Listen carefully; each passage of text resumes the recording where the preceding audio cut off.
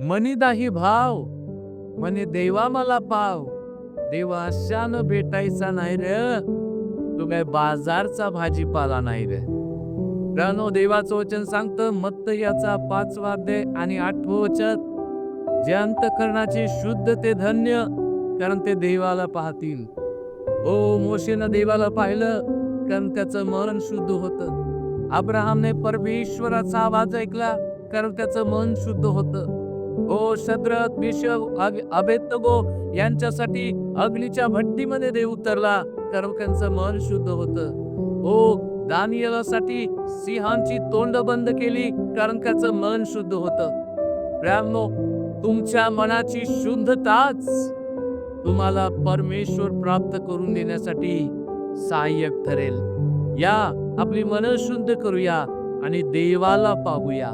Praise the Lord.